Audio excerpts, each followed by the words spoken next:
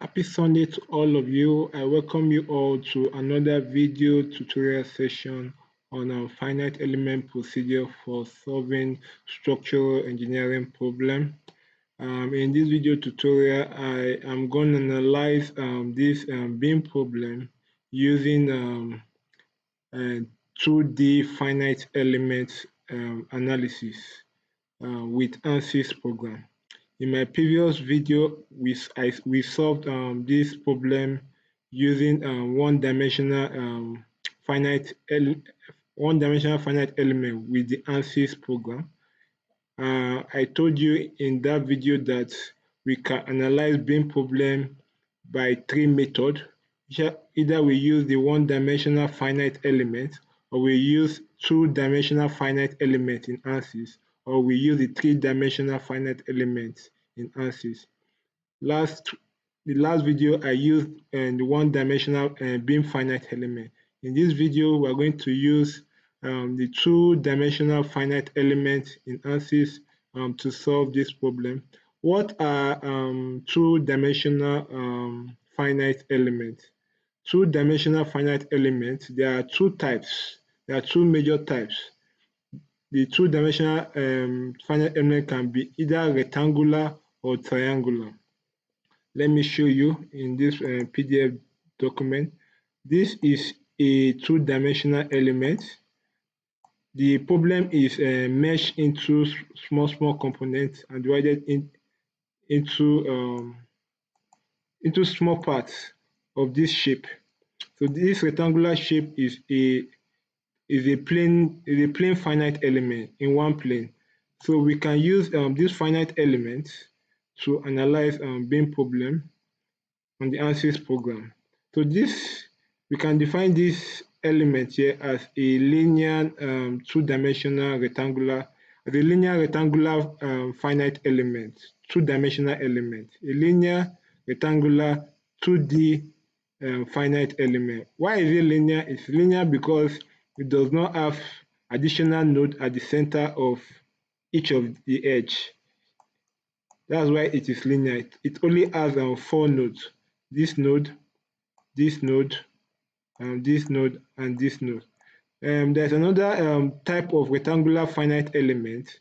We call that one quadratic rectangular element. The quadratic rectangular element has extra node at the center of each of the edge of the element. This 2D finite element is actually more accurate than the linear rectangular element without extra node at the center of each edge.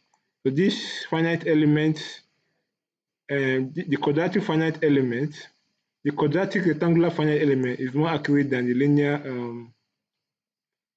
rectangular finite element just because it has extra node, which is gotten in which we get extra results from our finite element analysis. So we have linear rectangular elements, we have quadratic rectangular element, we also have triangular elements, but in finite element procedure, they call rectangular element constant string triangular element. Like, let me show you.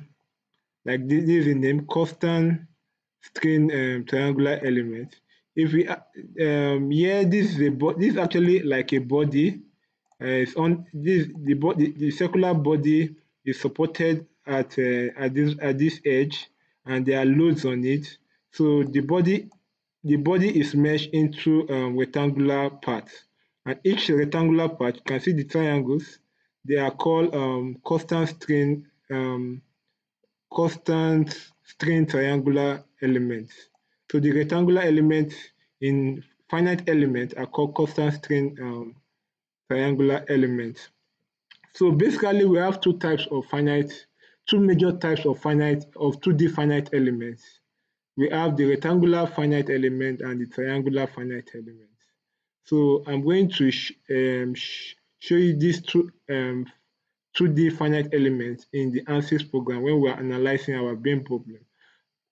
However, this is just a brief introduction on 2D finite element analysis. When I finish beam analysis, when I'm done with beam analysis, I'm actually going to I'm actually going to solve um, more problems on a 2D finite element. So, but I just wanted to show you how we can use 2D finite elements to solve beam problem in Ansys, the Ansys program. I will go back to my PowerPoint. So we're solving this problem, this beam problem, on the Ansys program using 2D finite element procedure. The problem has this beam problem has two span, and they are like 3 points load on the span and a uniformly distributed load. And there's a settlement at the middle support, at support C, a settlement of 4 mm downward, and the flexural rigidity is given as the flexural rigidity EI. The flexural rigidity EI is given as this value, 100 times 10 to the 3 kilonewton meter square. So we are solving this problem on the Ansys program. But before we dive into the Ansys program, I did this calculation in my last video. Since we are given the flexural rigidity, we're not given the value of Young modulus and the moment of inertia I. The E is the Young modulus, the I is the moment of inertia. We need to determine this value, and we can determine this value from this flexural rigidity value given to us. So I did this calculation. So if you've not watched my last video, I recommend you go watch that video. But the summary of this calculation is that I'm using a Young modulus of 12.5 gigapascal for my beam problem, and I'm using a square section in which the length of the square is 276.60293 mm. So these are the two parameters which I'll use to define my material model and my geometric model for my beam problem. So having said all this, we will go to the Ansys workbench to begin our analysis on the software tool. This is actually the solver. What you see on the screen is actually the static structural solver I used to solve my one-dimensional. I used to solve this beam problem using one-dimensional beam finite element in my last video. So I'm going to rename this static structure. I'm going to rename it 1D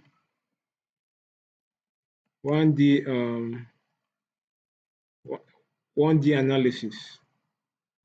1D analysis. I can't spell analysis.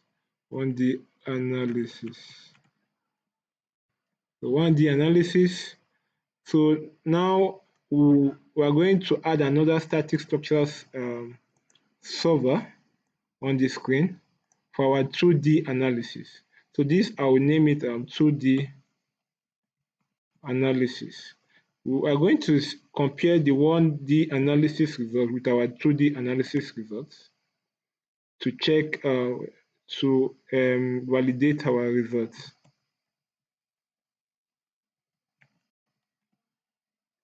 This is 2D analysis. What you need to do, we don't need to activate line bodies for this 2D analysis because we're not using line bodies, we're using plane elements. Right? I won't do that, but you need to change this analysis type from 3D to 2D because our analysis is in a plane, 2D plane.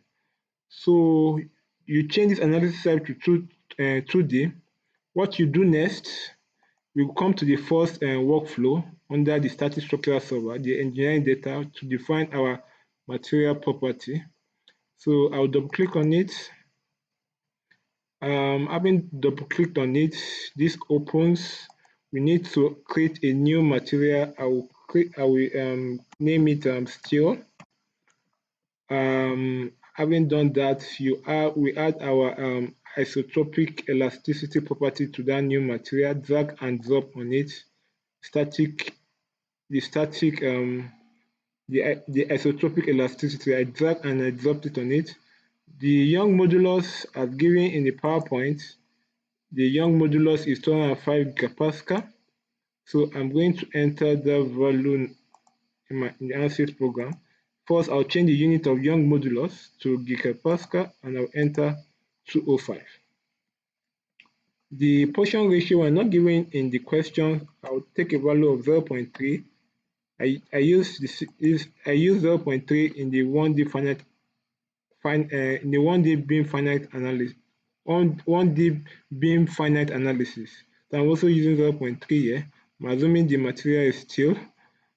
You can give this any name you like, but I'm assuming it's steel, so I name it steel. I'll close this engineering data. Now I've defined the material property for our beam problem. You go to the geometry. Under the geometry, you double click on it to define our geometric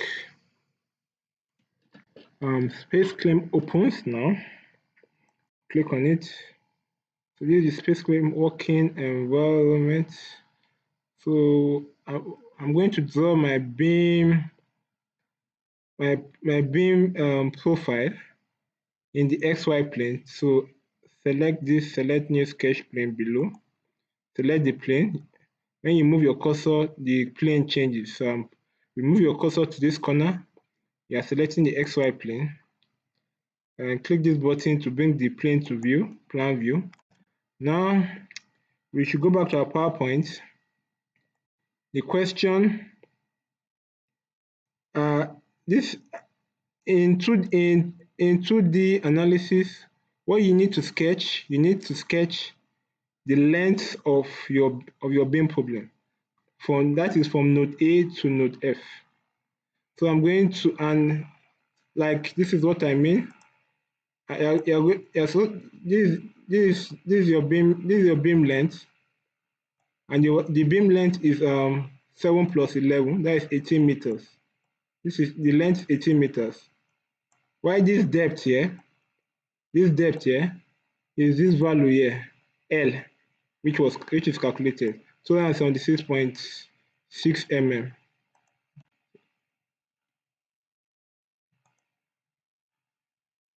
So this is 18 meters. This is 200. The depth is 276. I think that's 6.8 mm. So I'm going to sketch this whole shape on my Ansys program, and then I'm going to divide the shape at node point, at node A, at node B, at node C, at node D, at node E. Like I'm going to cut it here. I'll cut this rectangular shape here. I'll cut it here. I'll cut it here. I'll cut it here. So we'll have 1, 2, 3, 4, 5 segments all together. So that's the procedure in which I'm going to use to define our geometric model on the space claim working environment. So what we need to do now, click on the rectangular button at the top here. Put your cursor on the 0, coordinate of the XY plane. Now enter your length and width dimension for the rectangular shape. The length 18 meters. That's 18,000 mm. Oh, I press enter. I didn't define it properly. I'll press Ctrl Z to go back. So I press Ctrl Z. It has removed what was done. I'll do it again. From 0, coordinate, click on it, enter 18,000, press tab to move to the other dimension, the width dimension, and enter, I don't know the value of the width. So I'll copy this value here. Sorry. This is the width value. So copy it, 276 points. Copy it. And you paste it. You paste it. Type a value first. Now remove the value and paste. Oh, 276 is not writing properly. 276.6029. 276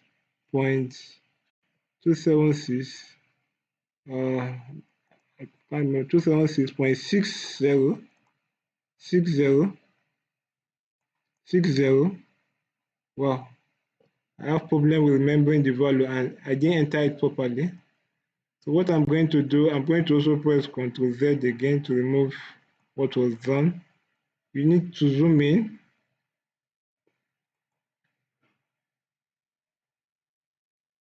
So I think I know what I will do now. Let's go to PowerPoint.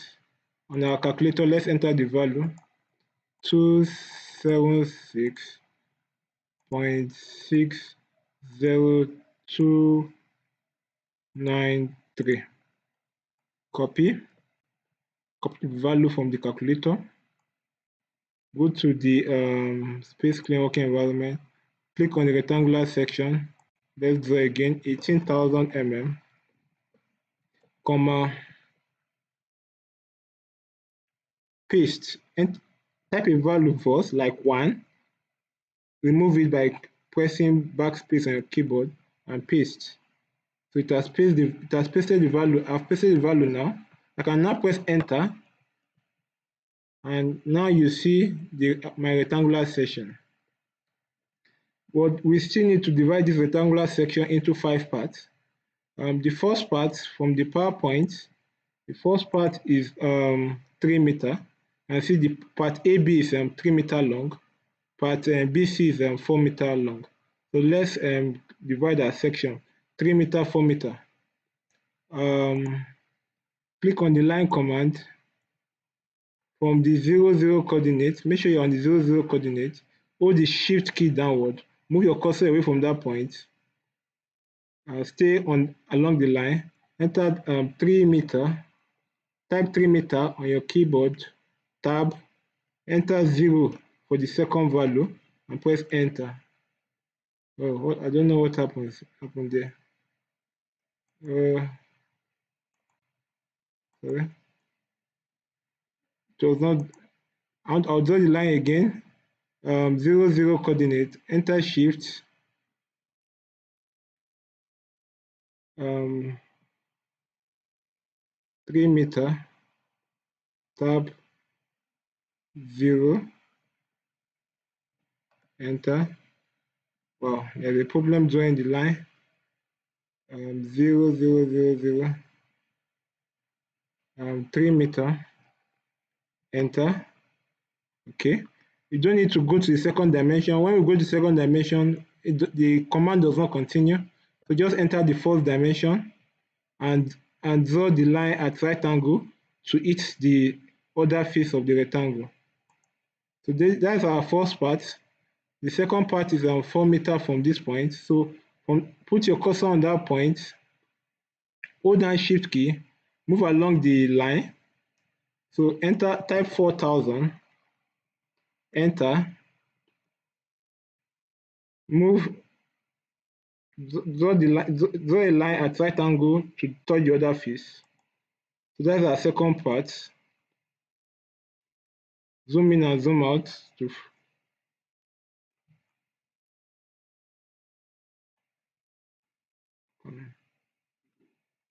zoom in and zoom out. So this is our second part. Our third and fourth part, our third part is 3 meter, our fourth part is 5 meter, and our last part is 3 meter. So I'll sketch that now quickly. From this point, hold down your shift key, move along the line 3 meter, move, make sure you're at right angle. I join the line at right angle. So this is 3 meter. From this point, zoom in, make sure you're at that point, hold down shift, move your cursor to the left, enter 5 meter, that is 5,000 mm.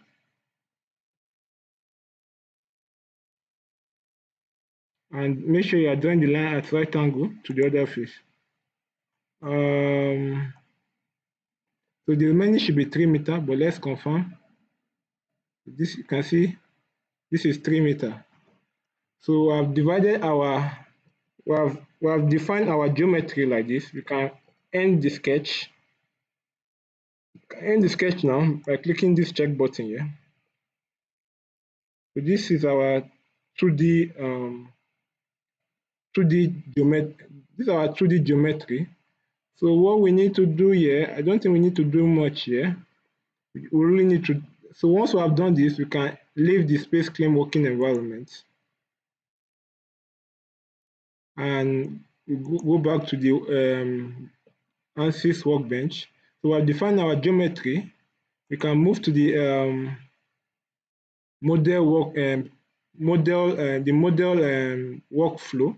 We double click on it to open the mechanical working environment where we would mesh the our geometry, assign boundary condition and apply structural load on the geometry and visualize our results.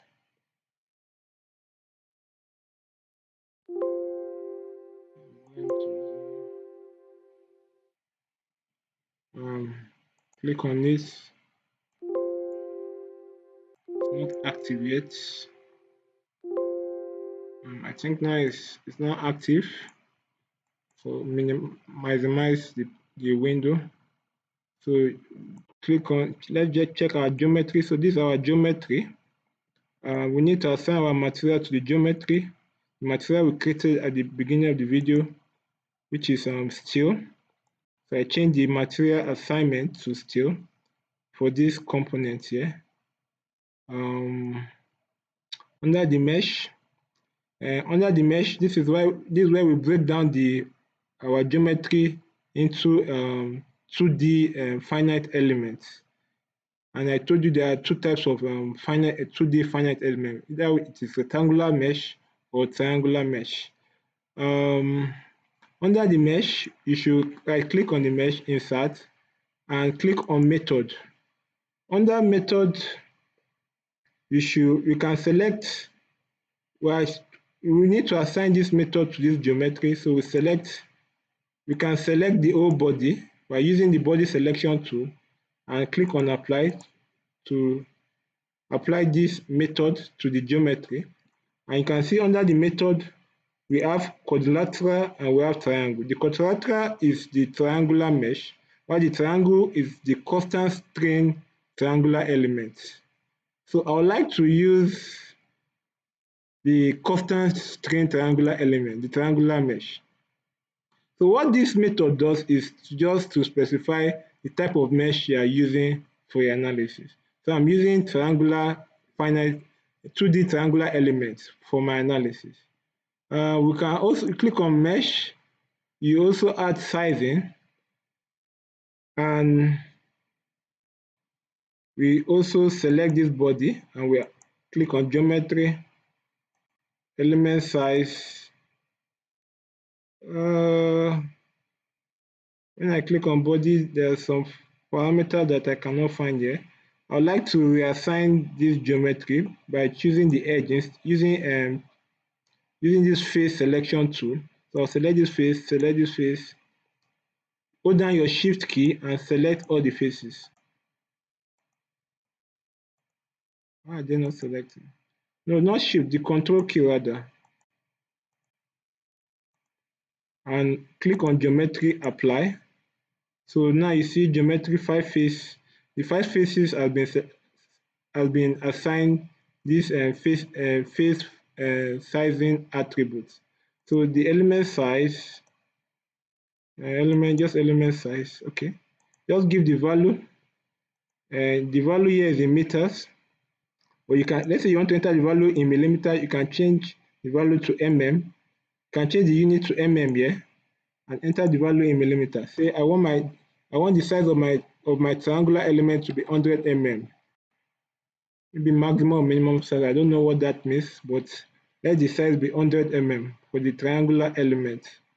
So this, now you can see these two attributes actually defines our mesh. The first one defines the type of 2D finite element we are using. The second one defines the size of the finite element. So once we have done this, we can now apply our boundary condition on our geometry. And we do that under the static structural tree. So you click on it, insert, and you will want to we want to specify our support for our geometry. So we're using the displacement support. So I've added one displacement support. So definitely from the question, you will see we have a pin support here. We have a roller support here. I also have a roller support here, but there is a 4 mm displacement. So I'm going to define this on the Ansys program now.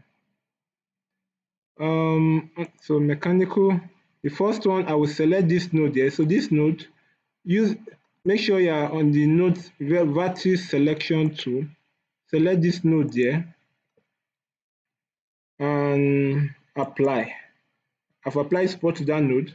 So because the support at this point is pin, the x and y will be 0. I will duplicate this support, and I will select this node here at the end, and I will apply the support to that node. But the support there is a roller, is not a pin. So the x component is free. So I'm going to set it to free. Just the y is restrained. So y is 0. I will duplicate this result too, and I will assign it. Should be assigned to the end of the second element, this node, just as in the question. 3 meter, 4 meter. This is 3 meter, this is 4 meter, this node. So I select this node, displacement 3, apply. The x is free, but the y has a 4 mm settlement. So you enter minus 4 mm here to define the settlement at that point. So this defines our boundary condition. We can select the 3 supports specification, group it into a file, call it supports. So now our load from the problem on the PowerPoint. Let me clean all this, it's very rough. But from the problem in the PowerPoint, we see between node A and node C, we have a 12 kilonewton load. Like AB, let's take it one portion at a time.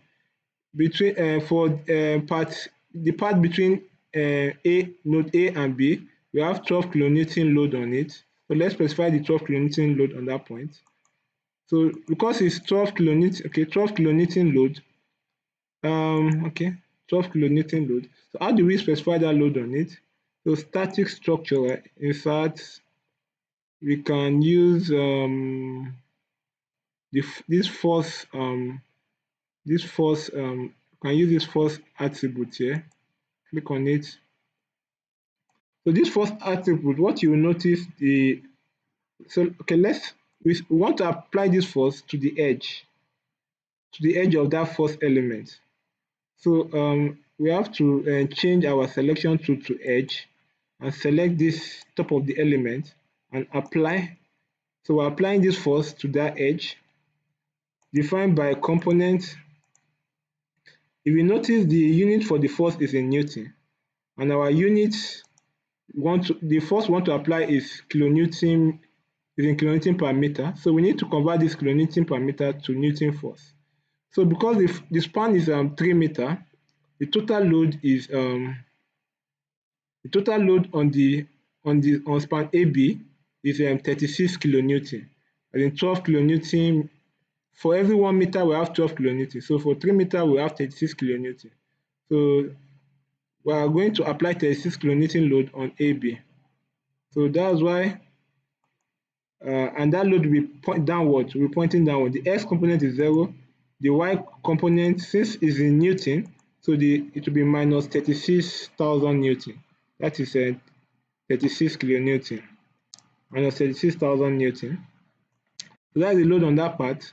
Second part, the span is 4 meter. So 4 times 12 is 48. So I will apply 48,000 Newton force on this edge. So what I'll do, I'll duplicate this force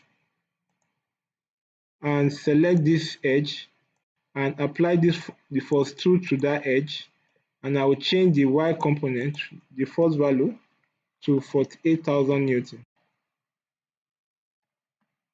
So, so this tool specifies the uniformly distributed load on that span.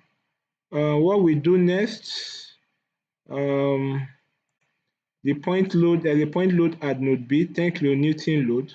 So we're going to define that 10 kilonewton load at that node. So I should use the selection to this node. I'm going to apply 10 kilonewton load. So I've selected that node, click on static structure, insert, force, click on force. So the load has been applied to that. This force 3 has been applied to this node. You can see the red notation. So what we need to do, we need to define by component. The x component is 0. The y component applied at that node is 10 kilonewton, pointing downwards. So minus 10,000. Minus 10,000. So that's for that. So we have 8 kilonewton load at node D. So we need to specify that too. We have 6 kilonewton load at this node, 8 and 6. So we specify that now.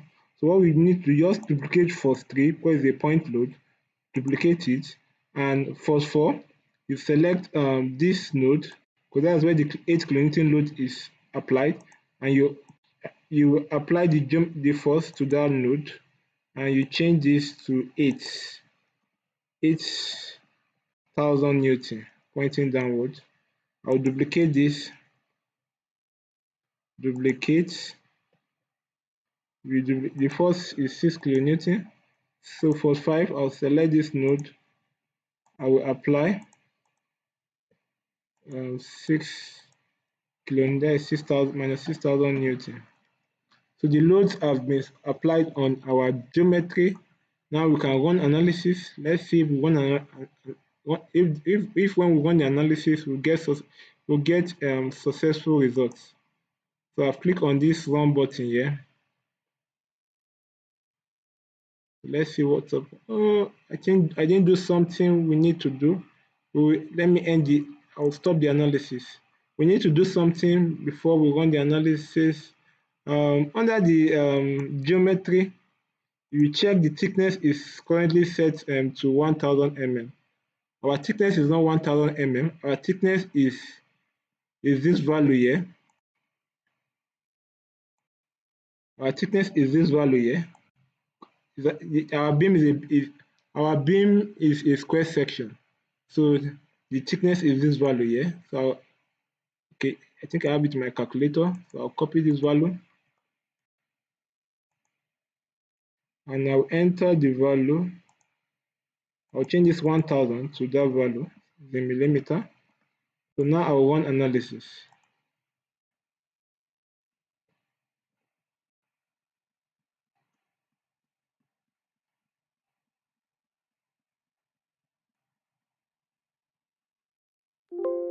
The analysis is complete now and is successful. Now we can visualize our results.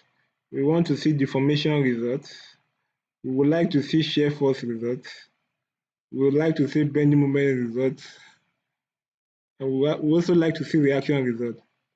For the 2D analysis, it is difficult to actually get the shear force result and the bending moment result, but you have other results like the stress results, like the normal stress, the bending stress, the shear stress, the strain. So I will show you the result that we can visualize. I will show you the results that we can visualize using this 2D finite element method. So under the solution, right-click, insert, deformation, directional. Change this orientation to Y because we want to know the deformation in the Y direction. Before you do that, I like visualizing my result using paths. So I will delete this. Let's create a path first. So click on geometry, insert, no, not geometry, model, insert, construction geometry paths. We want to use 2 points. Want to use, should we use 2 points? Yeah, I think we should use 2 points. to specify our model, to specify our path. No, I think edge is better. Edge is better. I'm going to use the edge to specify the path. I'm going to select the edge selection tool here. Select this edge, select this edge, select this edge. By holding down the control key, select the 5 edges, and under the geometry apply. So you see 5 edges. The path has been applied on the 5 edges. So now I'm going to come to the solution, insert, deformation, directional, and scoping method. We are using paths. Select the path we just created. Geometry.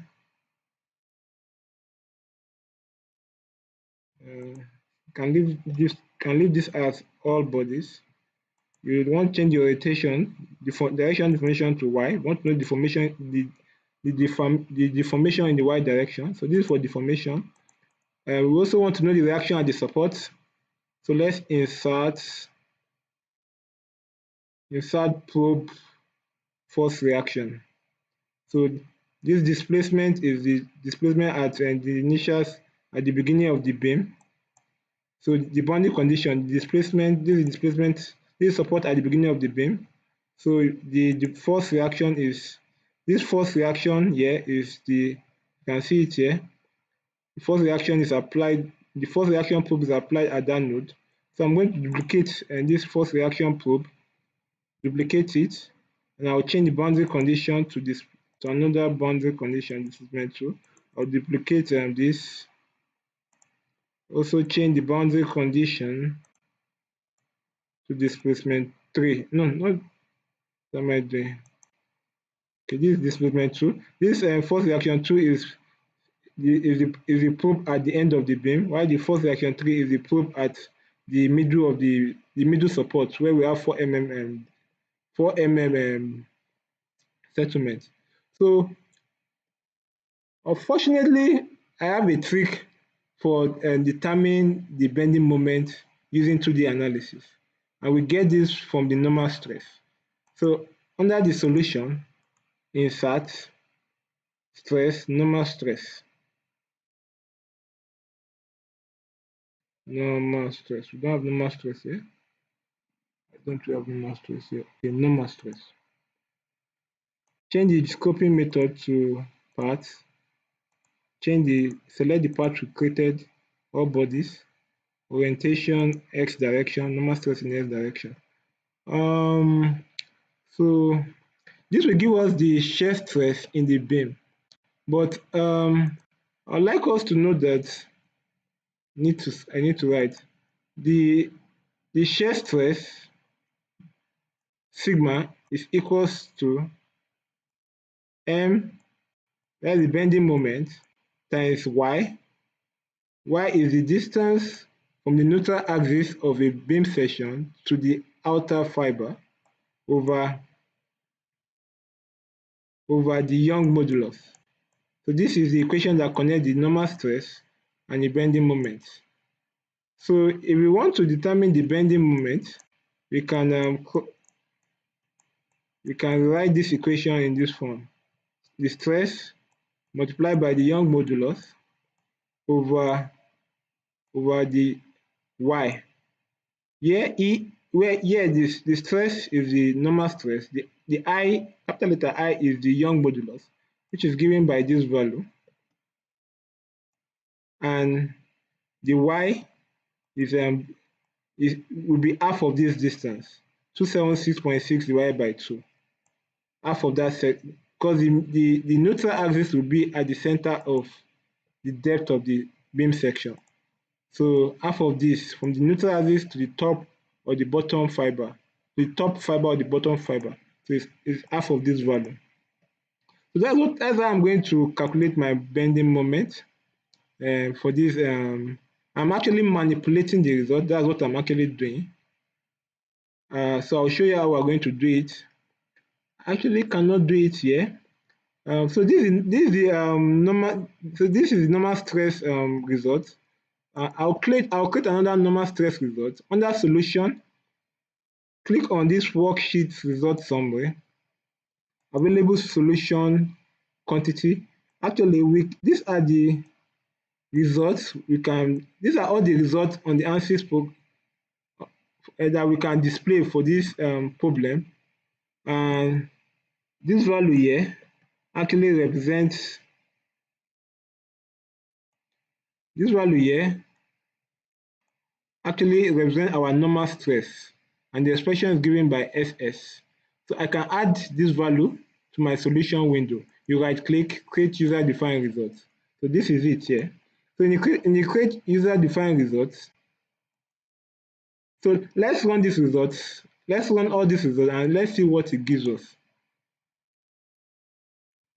So directional deformation, can see this is our deflection. This is our deflection shape for our beam problem. Can change let's change the units. Okay, it's in millimeter already. Can see this value at 0 is a very, very small value, minus 1.3717 times 10 minus 3. Shows that it's a very small value. I don't know why my table is not on. I don't need the table. I'll use this chart to visualize the result. So at 0, we have like a 0 movement, which is actually correct. A very small value times 10 minus 33. At somewhere in the middle of the span, we have the maximum deflection is minus 5.6262. Let's compare this result with our one-dimensional finite elements result. So let's go to the workbench. So open this model workflow. So and let's see the maximum deflection in the beam. Let's see if it gives the same result with the 2D finite element results.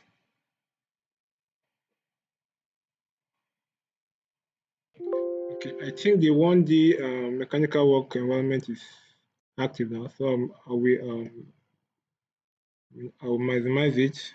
I'll actually create two views of it. So this is one view. This one represents the my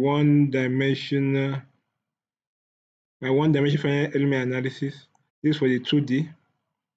So I have my directional deformation here. Do I have results? Let me push this backward. So we see, let me change this to millimeter. We see that the maximum we see the deflection shape is the same, meaning that the 2D analysis gave very good results. And we see the maximum deflection in the 1D mechanical window as minus 5.6272. And we see this one minus 5.6262. Very, very, very, very close. So that means we see that they give the same results. So that is for the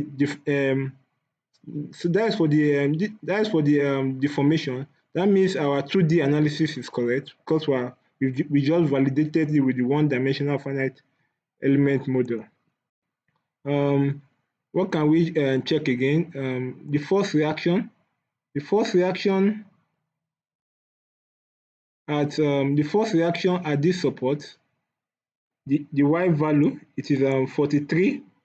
We see the value here, 43,136 Newton.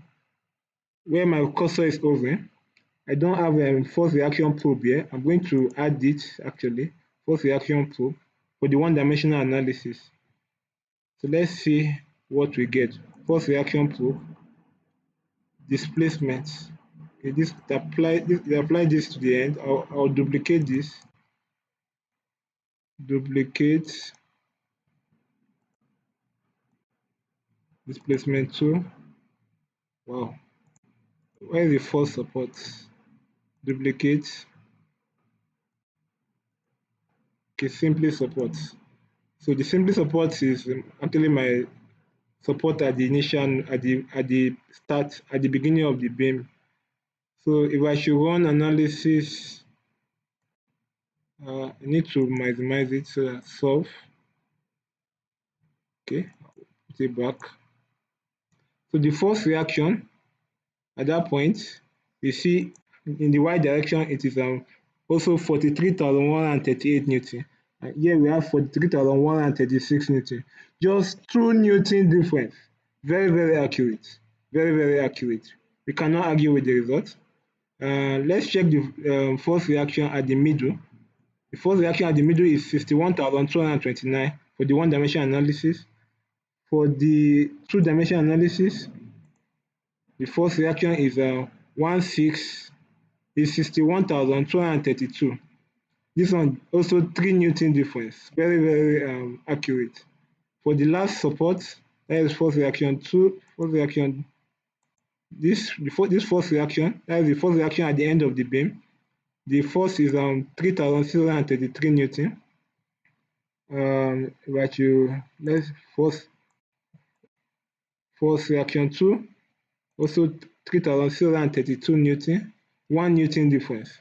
So the result is, for the reaction check, we have also validated the reaction that the result of one-dimensional analysis is also same thing with the 2D analysis. So what can we check again? The normal stress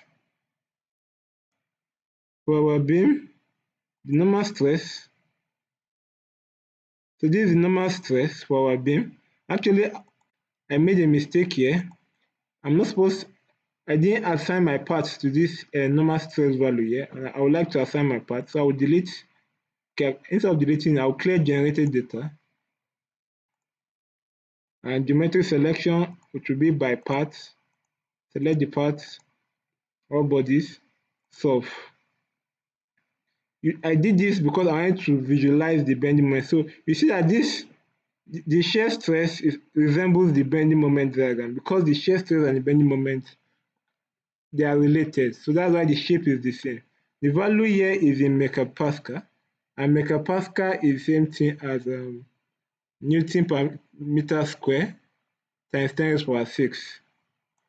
So I would like to change this to meter. Change this to meter, it changes the units to Pascal. So this Pascal is Newton per meter square. So what we need to do, we need to edit this expression here to give us the value of this shape to give us the moment value. So, and this xx is representing our stress. And as I told you in my PowerPoint, the moment m is equals to the stress multiplied by I divided by y. And the I from here is 4.8780 divided by 10,000. Let me use my calculator. Using a calculator is always good. 4.8780 divided by 10,000. That's 10 to the power 4. This is the value. I'll copy it and I'll paste it at, okay, this is the 2D here. So I'll multiply by the stress, multiply by on your keyboard. So, and use the asterisk is representing the multiply, paste. This slash is representing divide. I want to divide now by the y. So this value here is in meter 4. I'm multiplying by meter 4. The unit for the moment of inertia is meter raised to power 4.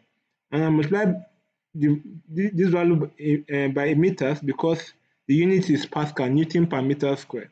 So I'm dividing now by the y, and the y from the PowerPoint is half of this value. So using my calculator again, 276.60293 divided by 2. So is this value. I'll copy this value and I will paste in the two-dimensional mechanical workflow. So let me zoom. So this is our moment expression actually. So I will rerun this. I will run this to give me a new result for xs. So this is my bending moment This is my bending moment chart, giving me my result. This is my, it's showing Pascal, the unit as Pascal, but we should know that it is not Pascal because we edited it. This is the bending moment value. Let me change this to millimeter. Let's see what it gives us. No. Okay, this is in meters, sorry. This is in millimeter. We need to change it to meter. So we need to divide by 1000. So we need to divide this value by 1000. So divided by 1000 to convert it to meters. The value was strange, what I saw on the result.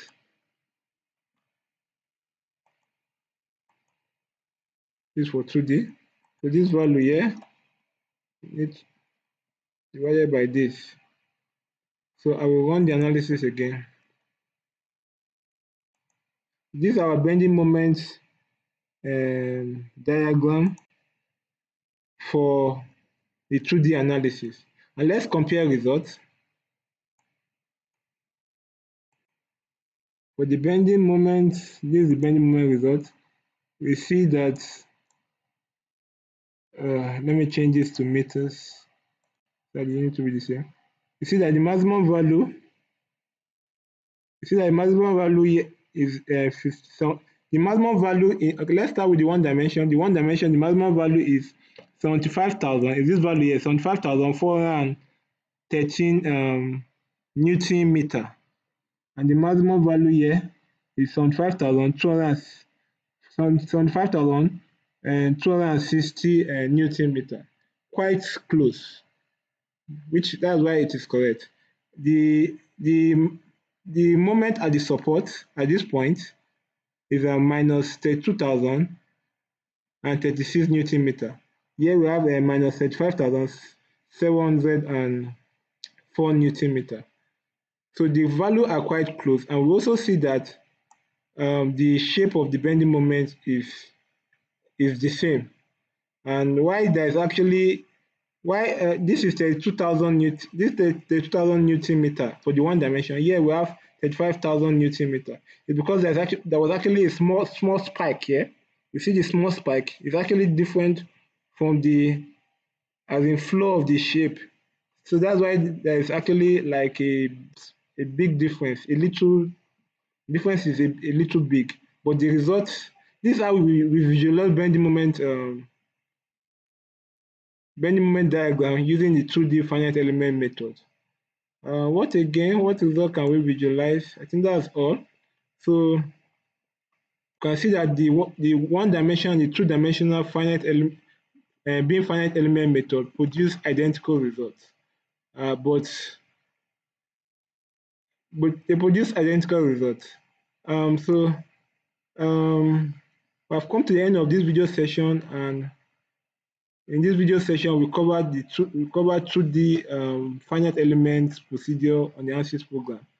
We validated our result with one-dimensional finite elements results on the Ansys program, found it to be equal.